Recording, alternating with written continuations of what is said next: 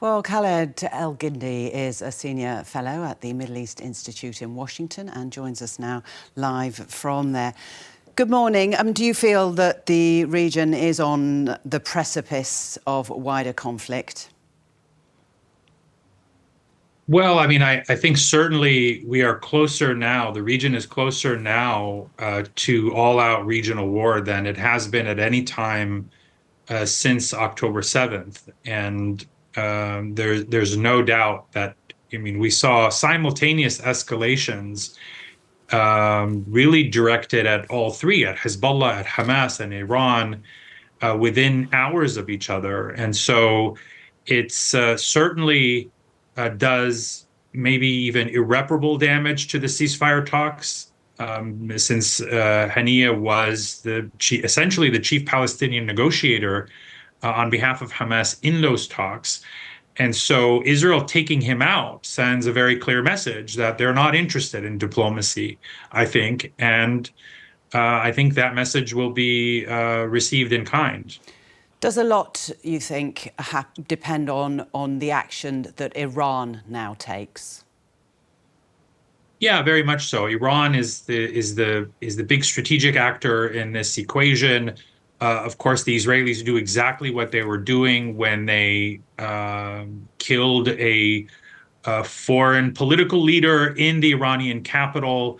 Certainly, Iran will see it as a violation of their sovereignty, as a violation of their national security, as an affront to the regime, since they were responsible for Haniyeh's security as their guest.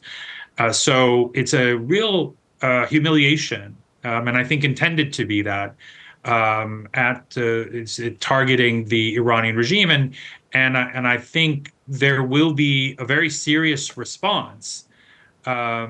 As we heard from other analysts, that likely to be more than the response that we saw back in April.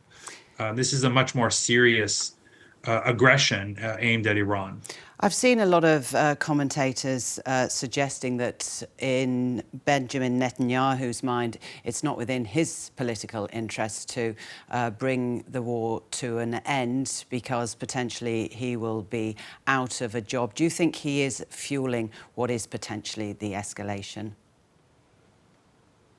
I think there's no question that Netanyahu, more than anyone else in the Israeli leadership, stands to benefit from a prolonging of the Gaza war and, in fact, expanding it to encompass Lebanon and Iran.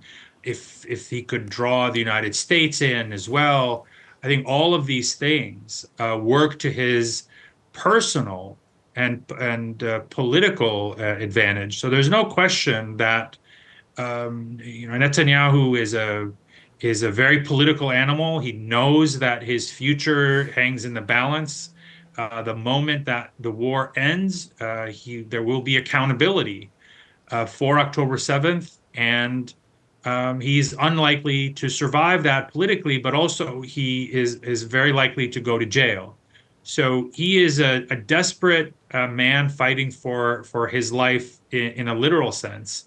And he has been in the driver's seat since October 7th, with the acquiescence, really, of the United States, which has been a kind of silent partner, silent but very active, actively supporting the war militarily and politically at every stage, and playing a rather minimalistic role when it comes to trying to contain Netanyahu and his very extreme government.